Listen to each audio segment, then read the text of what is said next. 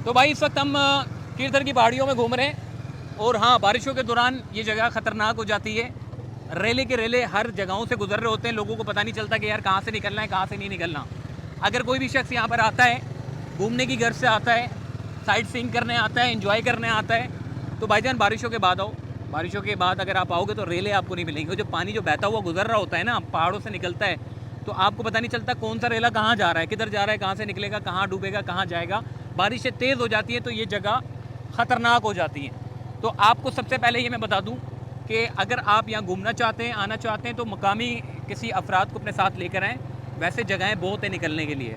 जब बारिशें होती हैं, अचानक बादल आ जाता है। अक्सर हमारे साथ भी हुआ था जब लास्ट ईयर हम लोग ने जब गडाप में आए थे, तो एकदम बारिशें हो गई।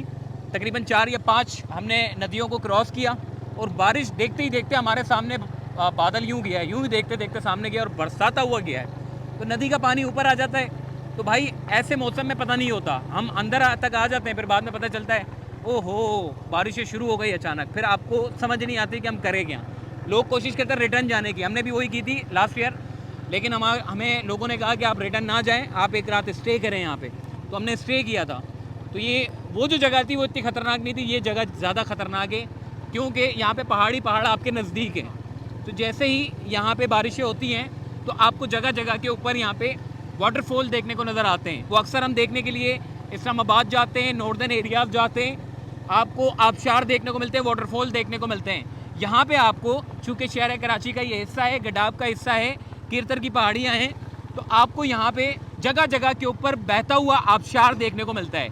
तो ये जगह बहुत खूबसूरत हो जाती है जब बारिश हो रही होती है, क्योंकि बारिश होती है तो पानी बहता हुआ जब गिरता है तो एक अलग ही मंजर पेश कर रहा होता है इस जगह की।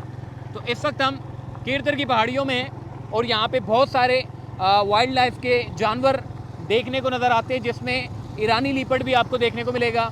इसके अलावा आइबैक्स भी आपको यहाँ पे देखने को मिलता है। इसके अलावा हिरन भी आपको देखने को मिलती है। बहुत सारे जो वाइल्ड लाइफ के जानवर हैं वो यहाँ पे आपको देखने को नज़र आएंगे।